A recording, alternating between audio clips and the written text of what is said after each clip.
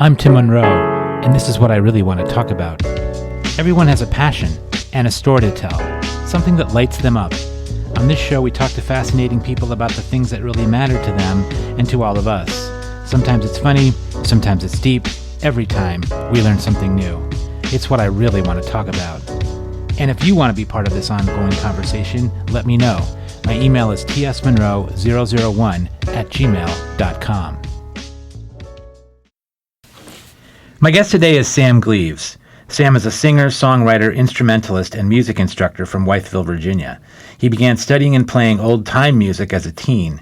Sam has performed and taught Appalachian music throughout the United States and on tours of Canada, England, Ireland, Italy, Japan, and Hong Kong. Numerous festivals have included Sam on their roster, including Merlefest, Philadelphia Folk Festival, Old Songs Festival, National Storytelling Festival, among many others. He's appeared twice on Mountain Stage, produced by West Virginia Public Broadcasting. Sam has released 7 albums, including his debut, Ain't We Brothers, in 2015, and his most recent collaboration with Kay Justice, The Cabin Sessions, released just this year. Since 2020, Sam has served as a bluegrass ensemble director and Appalachian instruments instructor at Berea College. Sam holds a bachelor's degree in folklore from Berea and a master's degree in music education from the University of Kentucky. Welcome, Sam. What do you really want to talk about today? Thank you, Tim. It's great to be with you. And I really want to talk about sheroes, the amazing women that have shaped my journey as a human and a musician. Okay, so the women who've really made a difference in your life, not just as a musician, but just sort of generally. Yes. Okay. Yeah, I forget the joke exactly, but they say, behind every man, there's a bunch of women that help them along. Yes. And I'm definitely an example of that. And I'm so grateful to have been inspired by so many amazing women artists and just women in my family. Excellent. Okay, so we'll dive into that. But let's start with a couple other things first. First of all, can you think about when you, maybe as a real young boy, realized that sort of this was going to be, music was going to be kind of your thing? Wow, that's a great question. I always loved to sing, and my grandmother encouraged me to sing when I was a little boy, because my grandma still is really involved in music in her church, and so she would encourage me to sing, and she would put me beside her on the piano bench while she would play, and we would sing Somewhere Over the Rainbow or whatever song she was playing, and she just encouraged me, and then I felt like I got a little bit of attention for singing, so right. Like a little kids love that, Yeah. And if I showed up to her church in the children's choir that she directed, I would get pushed to the front, and that was whether I knew the song or not. So if I had to learn to deal with stage fright then too, right. because I often didn't know the song really very well and had just practiced it once because we didn't go to church real often. So anyway, I just always have loved singing, and I love collaborating with other people. And I'm not sure that I can point to one moment in my life where I knew that I wanted to sing or make singing part of the center of my life and the focus.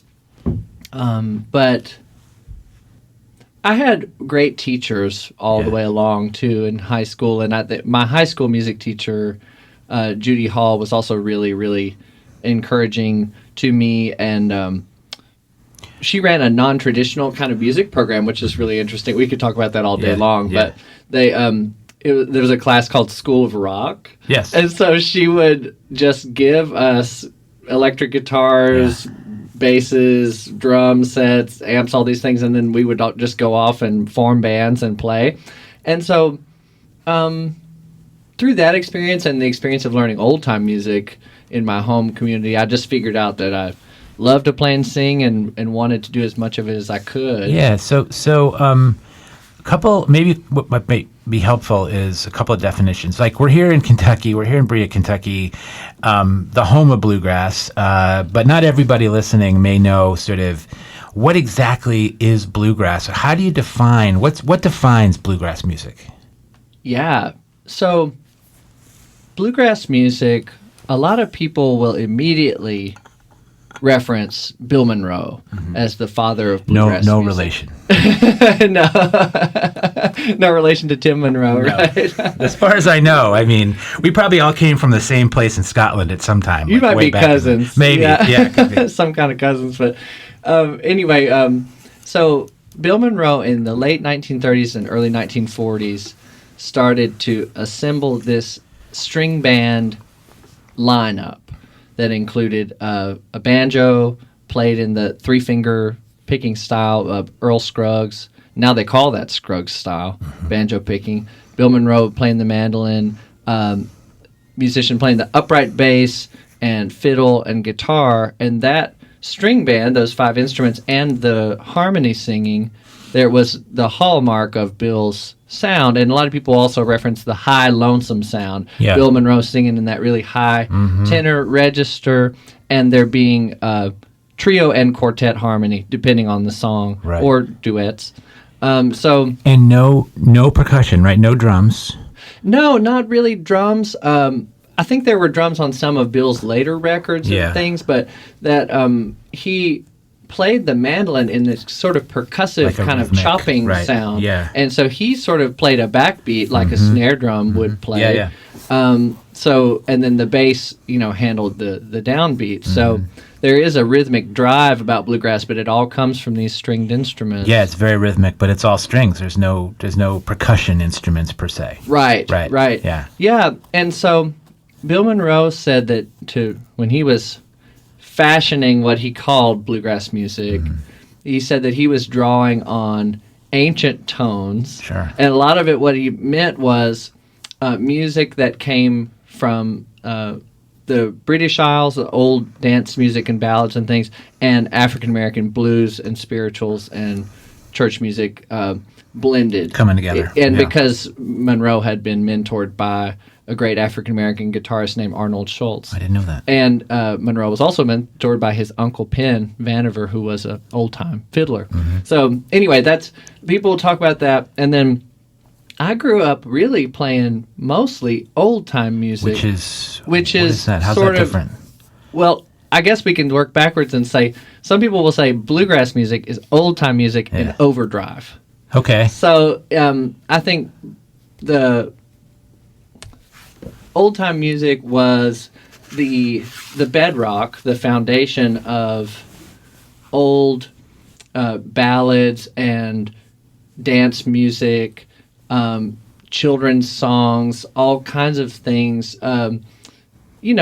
Music made in everyday life in that has roots, and a lot of the tunes have roots in like 18th century melodies or older. Right. And that body of work,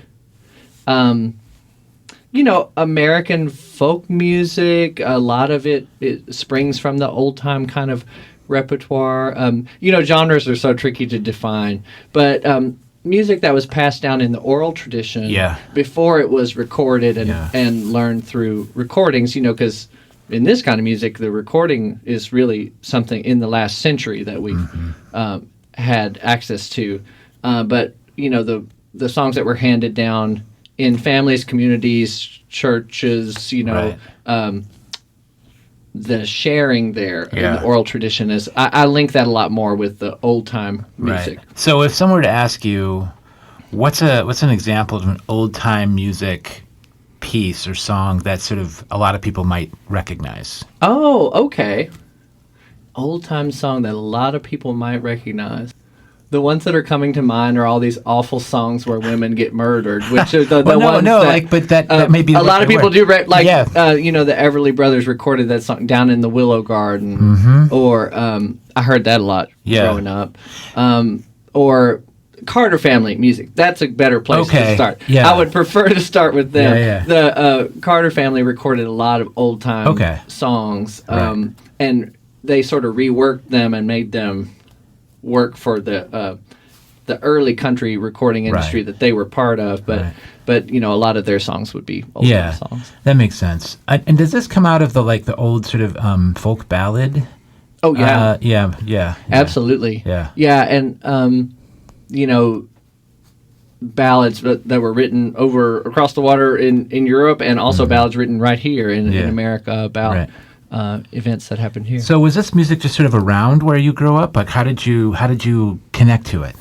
Well, that's kind of an interesting story. So I remember hearing old time and bluegrass music around the house because my dad loved to play records of people like Doc Watson and Dolly Parton and Emmylou Harris, and like people that some of it was country music that was influenced by old time music, but some of it was just straight up old time or bluegrass.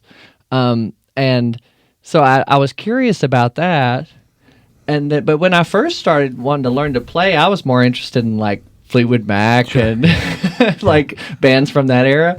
And then my dad took me to a place called the Carter Family Fold, which was about an hour away from where I grew up. And you grew up in southwestern? Yeah, Virginia? I grew up in Virginia, in the southwestern part of Virginia. And so Wytheville, where I grew up, it's within an hour's drive of Tennessee and North Carolina and West Virginia. Okay. So we're down in that little corner pocket. There. If Virginia's a shoe, I kind of grew up in the toe. Okay. Down there, or toward the toe anyway. Right. Yeah. The ball of the foot, maybe. Yeah. I don't know, but anyway, going to the Carter Family Fold for the first time, that was amazing to hear string band music in person. And I saw people out on the floor, flat-footing and clogging, dancing to the music, and it was really neat to see that community gathering around this music. And they still have music there every Saturday night at the Carter Family Fold. And I saw people play instruments also that I had never even heard of, like an auto harp or dulcimers, different kinds of instruments that I didn't even know of. So then I was like, whoa, this is happening right here. These are all people from this area, and they play this music. So then I got curious about it. Yeah. And what was the first instrument you picked up? Well, I was trying to teach myself to play the guitar. I was fortunate. I had some piano lessons when I was a kid. Yeah. And I struggled with reading music, so I sort of abandoned that when I was a kid. And then got interested in playing guitar, trying to learn by ear. And then I had a real good teacher that helped me a lot and got me going on the banjo, too. Yeah, so you play banjo, you play guitar, you play the fiddle also, right? Yeah. Anything else? Is that piano? I play the mandolin some. Mandolin, okay. So I guess you could be the band yourself. Well, all of them. It's definitely a jack of all trades, master of none situation. but I also I just love the different tones and timbres of the instruments, and me too. The different ways that they accompany. Can you play the upright bass? Voice. Well, I can do a little bit. Basically, show. I mean, pardon the pun. Basically, I can help people get started with it. Sure. But I mostly encounter that in teaching. Yeah. Right. So maybe later, if we have time, we'll tell a few banjo jokes. Oh, I love banjo jokes. A lot of good banjo jokes. I've heard you make a couple on stage when you're vamping for time. Very useful. Yeah. Very useful. So you talked about lessons. You talked about, connecting to this music as a very young person.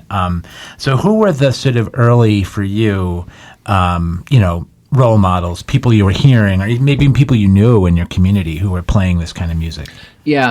Yeah, I was really fortunate when I was trying to teach myself to play the guitar, and my mom said, "Oh, well, there's a fella that teaches. Would you be interested in some lessons?" And she knew about this guy in Rural Retreat, Virginia, which is where she taught school. It was in the same county as where I grew up.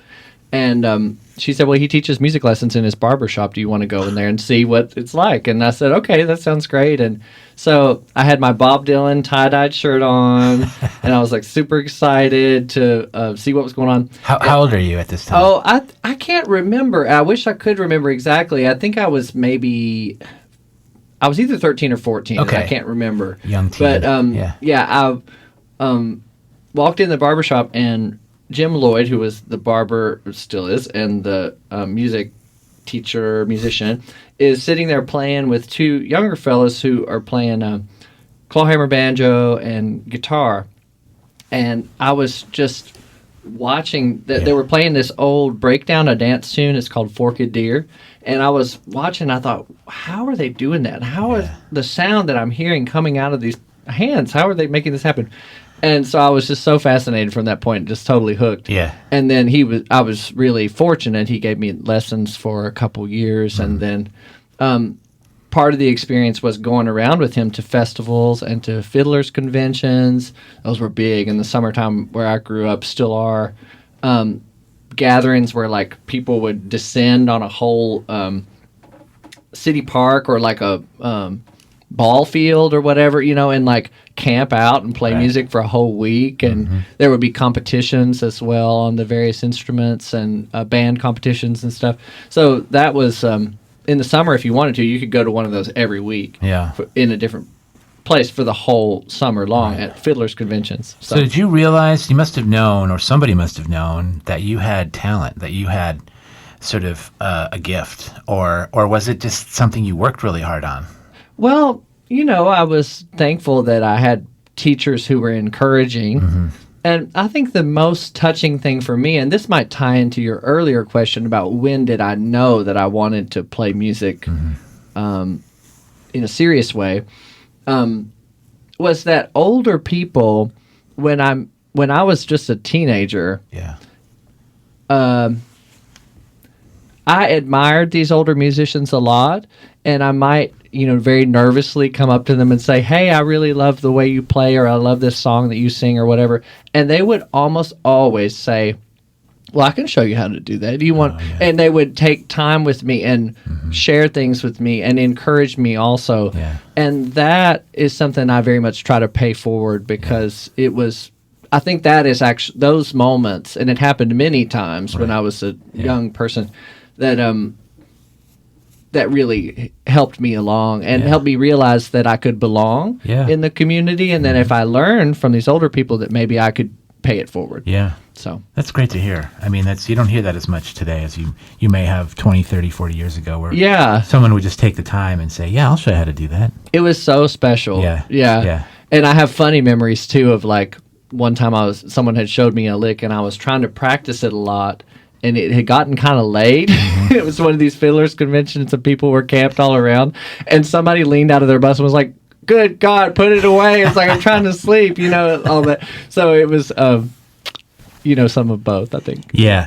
So I know a lot of this is just communities playing together. There may be an audience, may not be an audience, just people playing in a community. But can you remember, not necessarily singing in church, but a time when you were actually on stage with an instrument playing like a gig, like a paid gig?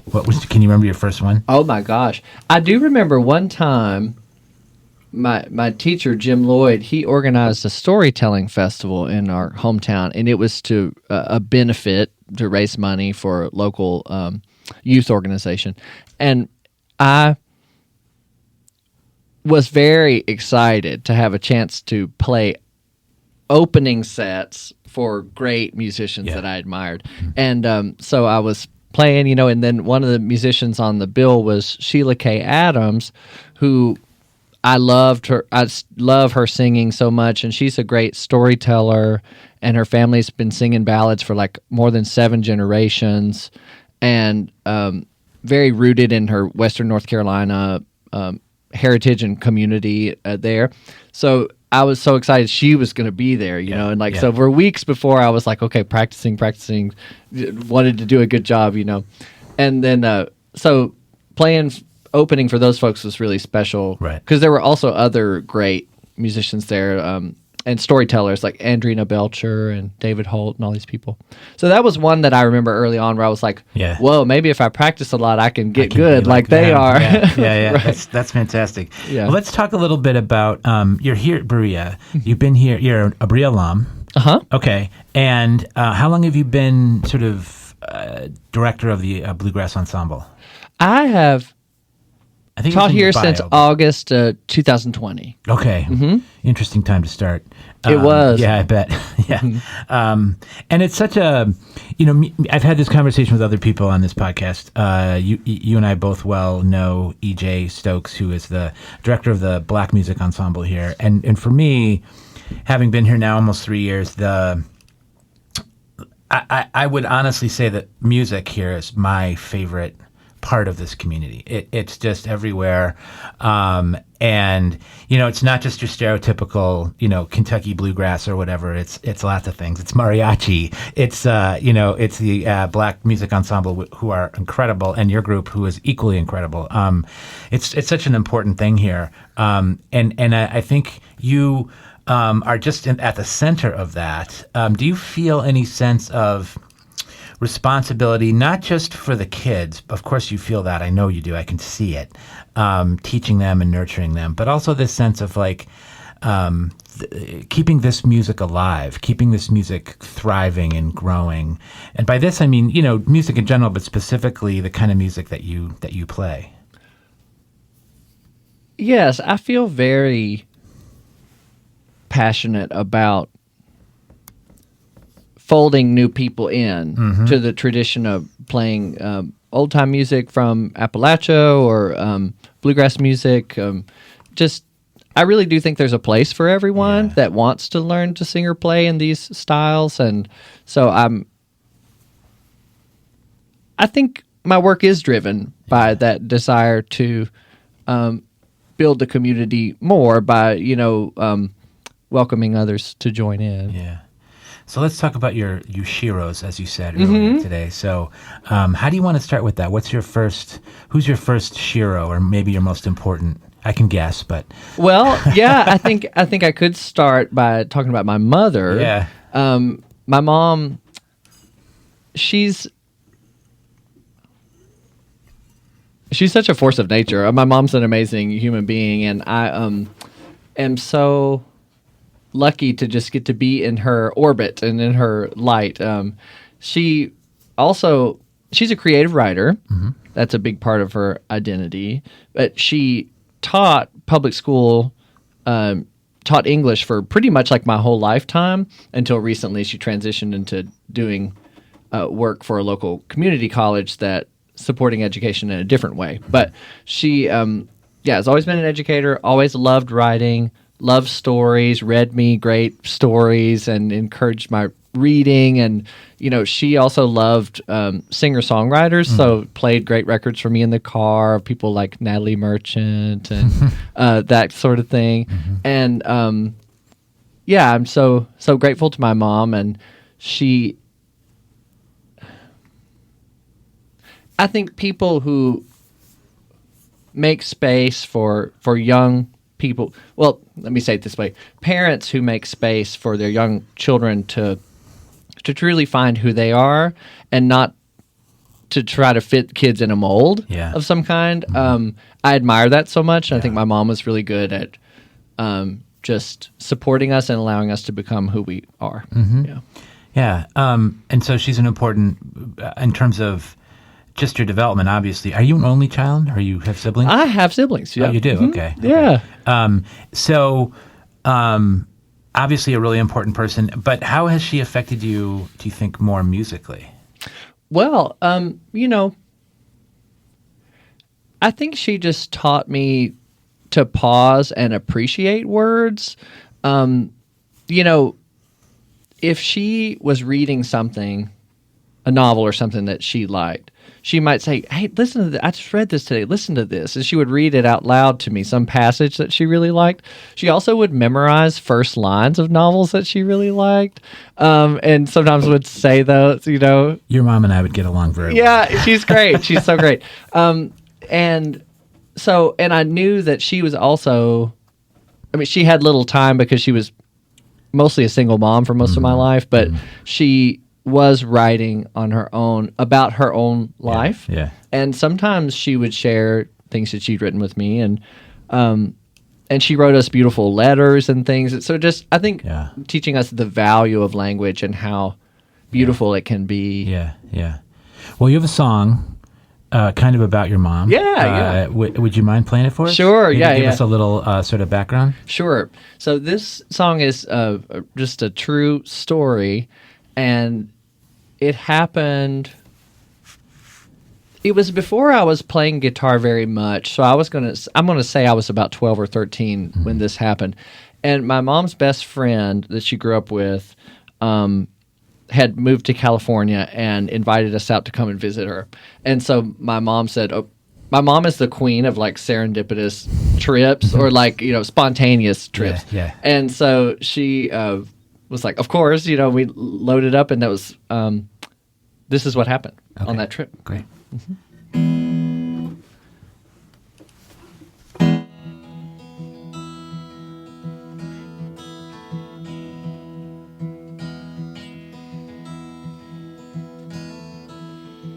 My first plane ride, Mom and I, Pacific bound to see her best friend, to see a hippie town.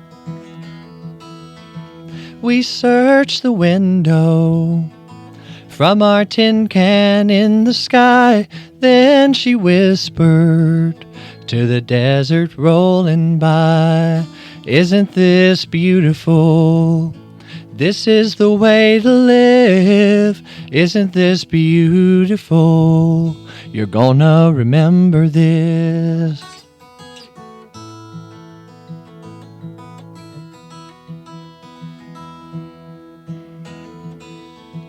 We rode to Napa.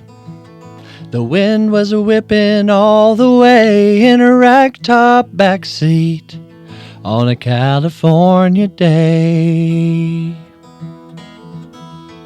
They went to Oakland just to see the Rolling Stones. I jumped bed to bed in a room of my own, and I was happy as a boy could ever be. I remember what my mama said to me, "Isn't this beautiful? This is the way to live. Isn't this beautiful? You're gonna remember this."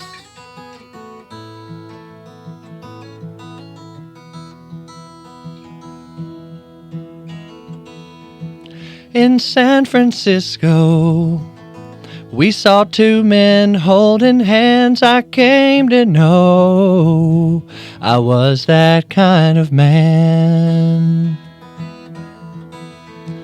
The sting of shame, all alone in my own skin. Mom just looked at me, and then she looked at them. Aren't they beautiful?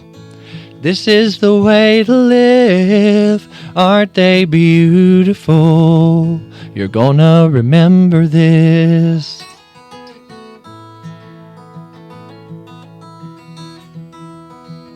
Aren't you beautiful? Aren't we beautiful? Remember this.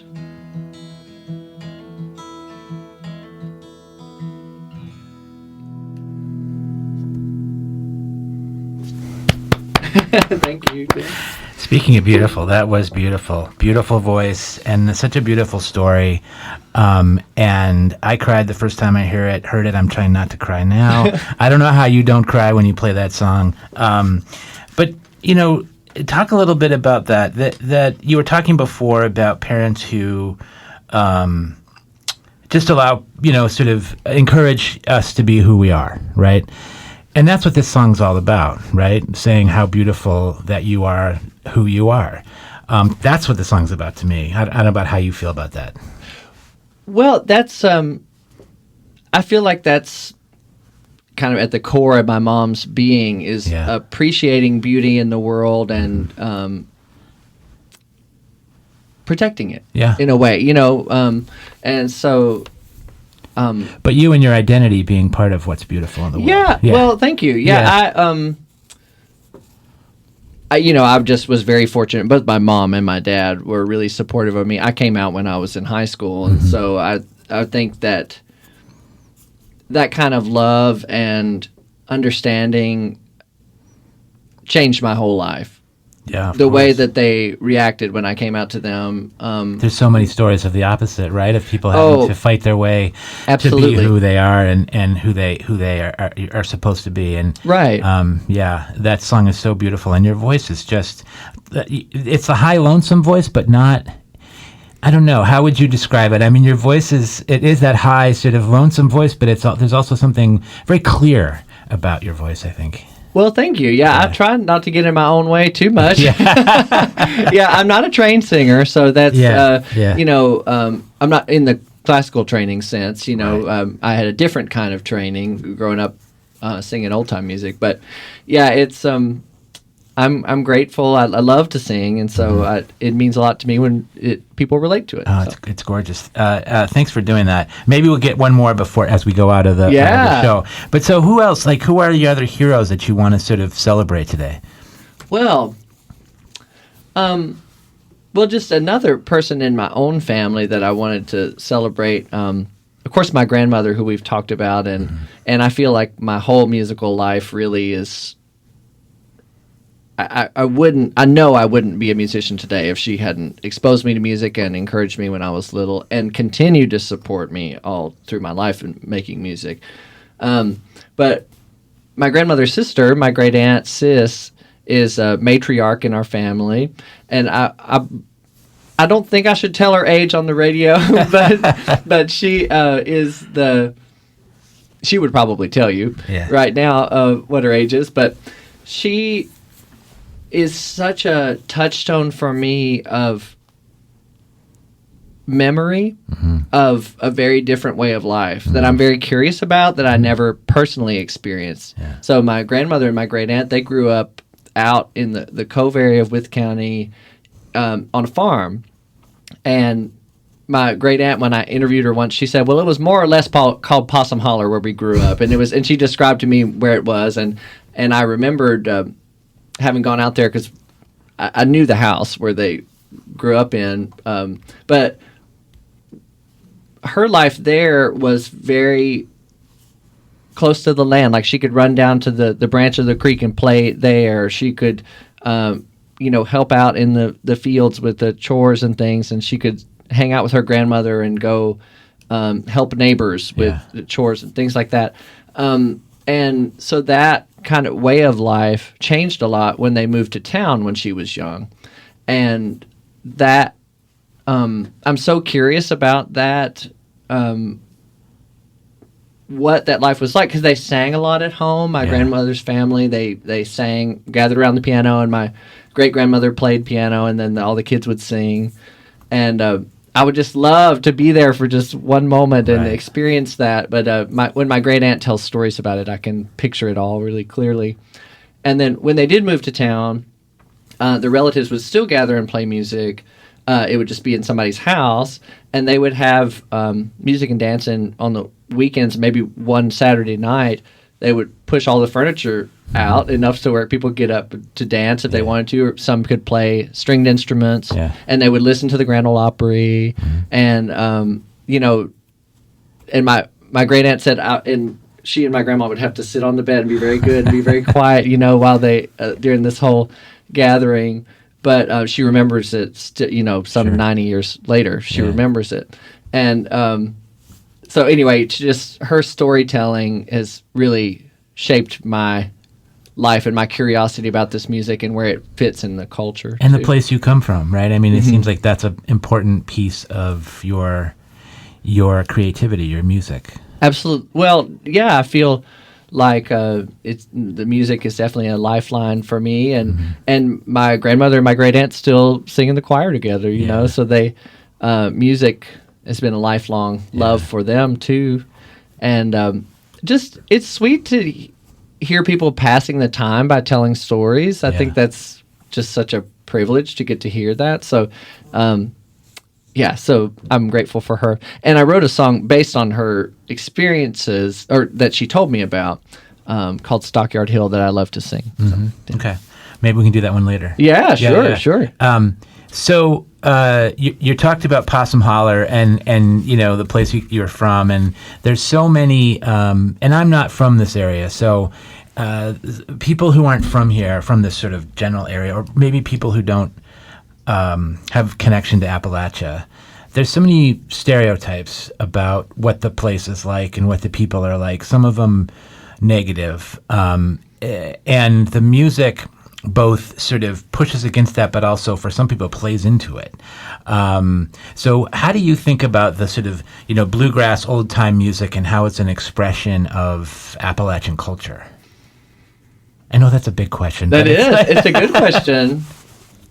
I think that there are important aspects of Appalachian cultures that are woven into music, and I think that there are also shameful and uncomfortable parts of Appalachian cultures. I mean, I'm thinking about the, humans and cultures all over the world experience prejudice, racism, they oppress each other for whatever reasons they do, all these things. So what I think I love about Appalachian music is the honesty of it, and that, most traditions, like traditional music that comes out of oral traditions, is very raw and real in a lot of ways. There might be a poetic kind of lilt to it sometimes, but they're talking about real life, real work, real hardships, real sorrows, real joys, the physical landscape around them, their connection to the place and the landscape, and connections to family and faith and all these things that are so deep and huge. So I'm very moved by that. Those threads that are present in the music that are can almost transport you to a place or to remind you of people that essential human qualities. That's what makes me so interested in this kind of music.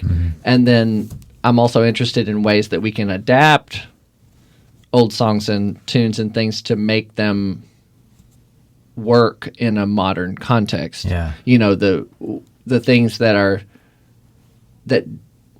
are insulting or hurtful to others, how can we maneuver that out and keep the music moving forward in a positive way, but also honor the history. So and I think you do that really well.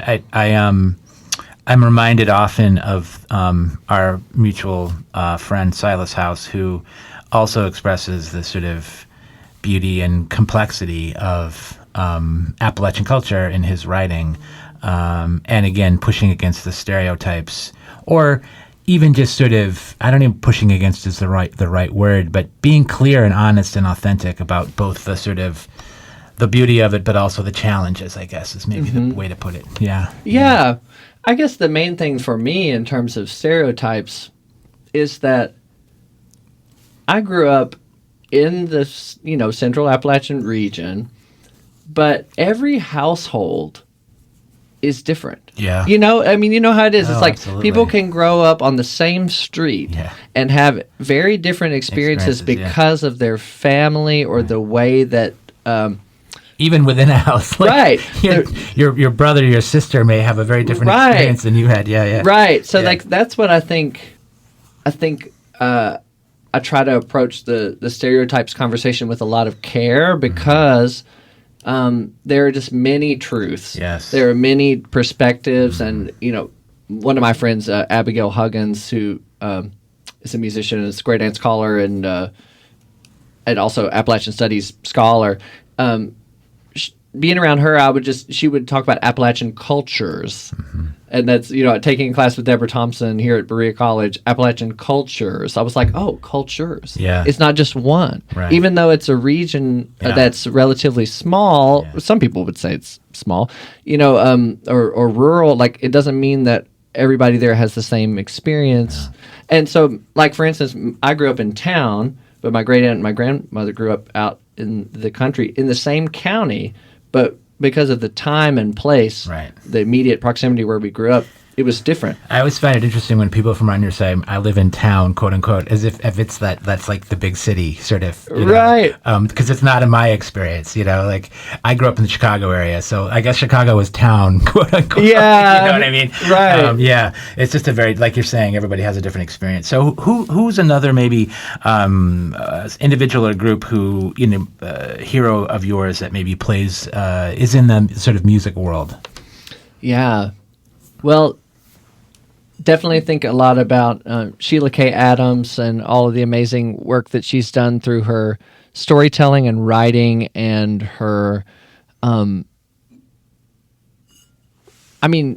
she's just been a great ambassador for Appalachian cultures, I think, through her work, singer, storyteller, banjo player, novelist, all these things, How has that influenced you? Like what about her has influenced you? Well, I just think that seeing how much she cared about the place that she was from, and she would tell me to do things. She'd say, go get with your grandfather and have him drive the truck and ride around and record what he says about the places in town that you pass and just record his stories. Do that before it's too late. She would say things like that about, and then And isn't it interesting, like, if you did that, have you ever done that? Yeah, I was grateful that I had, my grandfather was born in the 1920s, and he was my buddy, and I was really close with him, and so I was thankful that people told me to go record him talking too, but, mostly just, I just enjoyed the time with him, but anyway, I guess her passion for preserving old, especially the old ballads that she knows. It's nothing for her to stand up and sing a song that has 20 or more verses completely from memory, right? Yeah. And she taught me about this method of learning, how she learned when she was young, where the old singers in her family, let's say she wants to learn a song from them, one of them would sing one verse, and then she would sing the one verse back. And then they would sing the next verse, and Sheila had to sing the two verses. Two verses, yeah. Then they would sing the next verse. She had to sing all three. Yeah. And so by the time you get to the 20 verses, right, they're just singing one verse, but she has to sing all 20, right? Yeah. So she called that like knee-to-knee sort of learning. And I was so fortunate to learn some from her in that way, in addition to learning from her recordings also. But the time she was very generous with her time, and in teaching people the way she was taught. Yeah. So that's a special link, to be two people sitting with no printed lyrics or anything, just deeply listening to each other. I think that's the main gift from her, is that deep, active listening, because that's how she became a singer and a storyteller, the listening. Yeah. So. Yeah, and I think it's so cool, Sam, that you have these influences from these women in this particular sort of area where, a lot of people might think, again, these are stereotypes, right? But the bluegrass musician is a male banjo player or a male fiddle player or and I think that's probably maybe the ones people have heard of, but not really true. It's not really the truth. I was remembering I think the Bluegrass Ensemble here at Berea last year, I think you were all women, except for you. Right, yeah. Yeah, that's happened a few times in the 5+ years that I've directed the group, and I've always been amazed at how that happens sometimes. Yeah. Sometimes it is all women. But,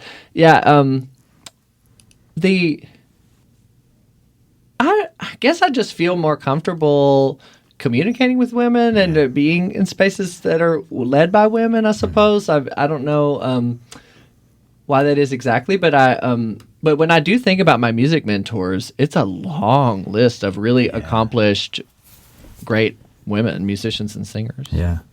And another one that I wanted to mention is my dear friend Kay Justice, who we just made an album with.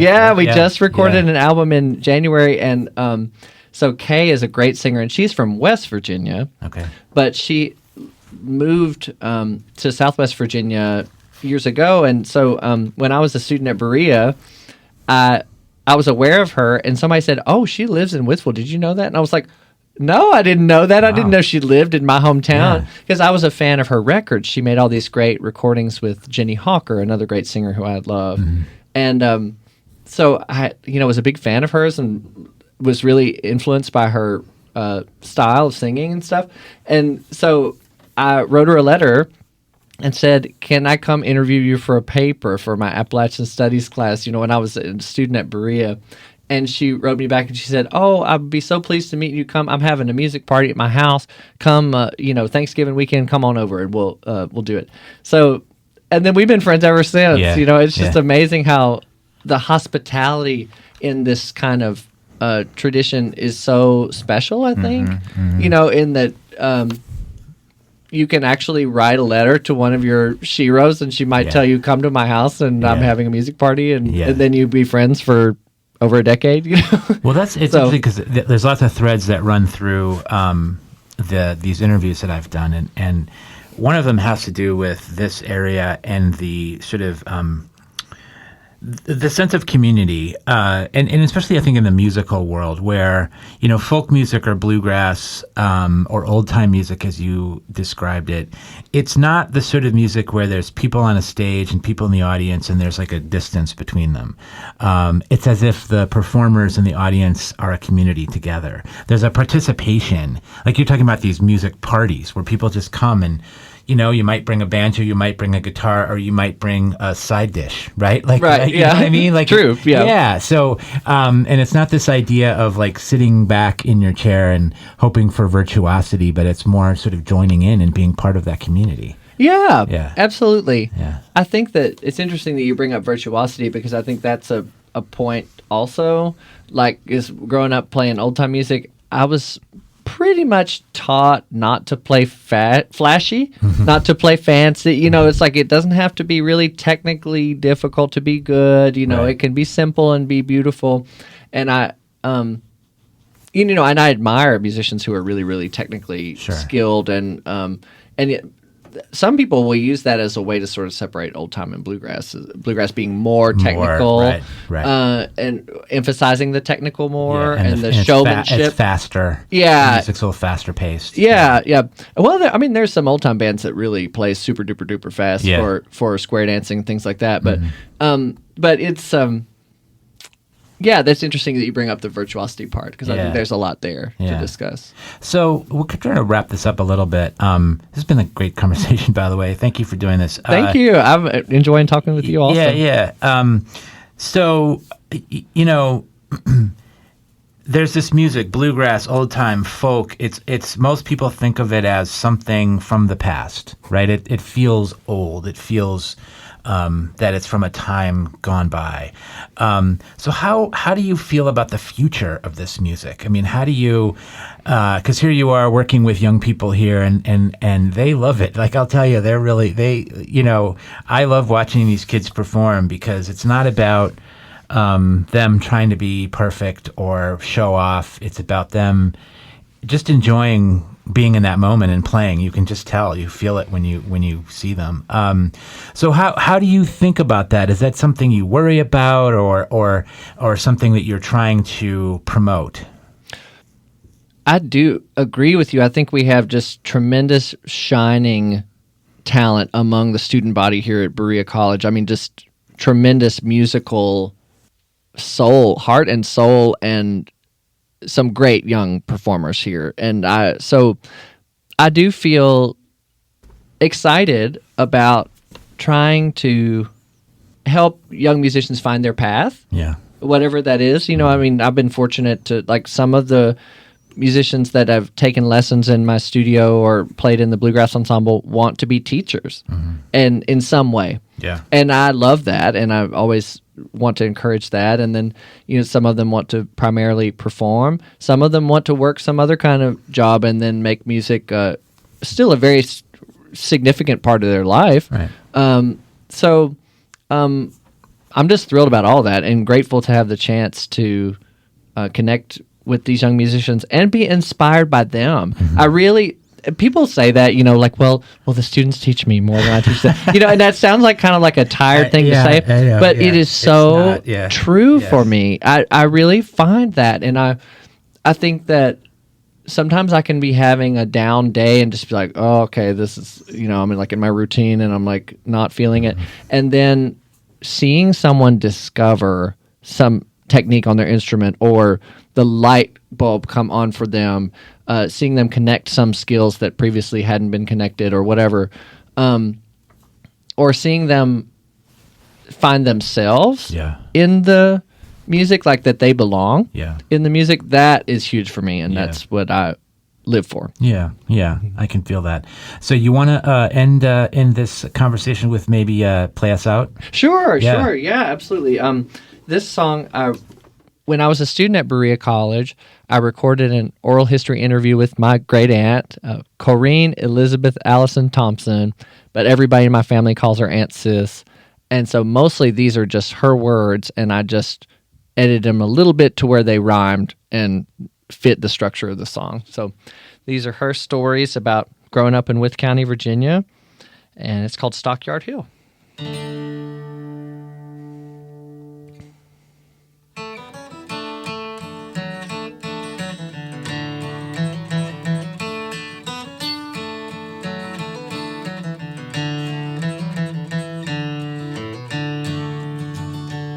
In an old farmhouse way back in the cove, I'd listen, she'd remember. They named me Corrine, but I was the oldest. Everybody called me sister. We raised what we ate, there's work to be done. Where Daddy went, I'd follow. Between the kitchen and the branch, the fields and the barn, I learned the most of what I know. I'm proud of the way that I came up. Nothing comes closer than that love. There's a little bit left of what used to be, and these memories won't be leaving with me.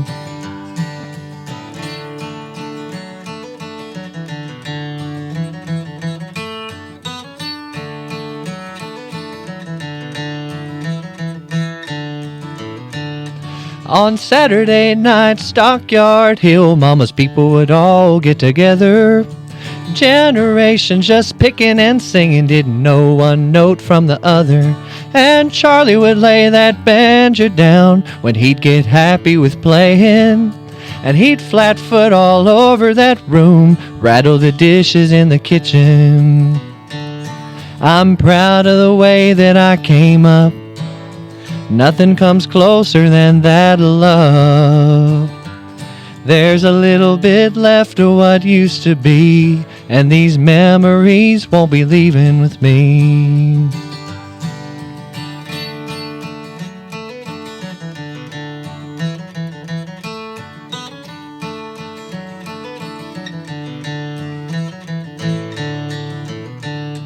On Sunday morning we were ready for church. 90 years and I'm still going. Precious memories and dinner on the ground, and the Lord was there, I know it. Now I've seen trouble and times are hard, still I'm traveling along. Why, I could have church in my own backyard and get my sermon from a song. I'm proud of the way that I came up. Nothing comes closer than that love. Oh, how I miss it still to this day. But it comes right back every time you play. Wow. Thank you, Sam. Thank you, Tim. It's been great to talk to you today. What a privilege for me to have this personal concert from Sam Gleaves. I really appreciate it so much, and both your beautiful playing, but also your sort of perspective on this music and the people who've made a difference in your life. Well, thank you for hearing it, and it feels good to say thank you. Oh, yeah, absolutely. Well, thank you, Sam. Yeah, thank you. What I Really Want to Talk About is produced and recorded in the studios of Berea College News and Radio in Berea, Kentucky. You can learn more about this podcast and listen to all of the previous episodes at whatIreallyWantToTalkAbout.com. My contact information is on the website, so please get in touch with me if there's something that you really want to talk about. I'm Tim Monroe. Thanks for listening.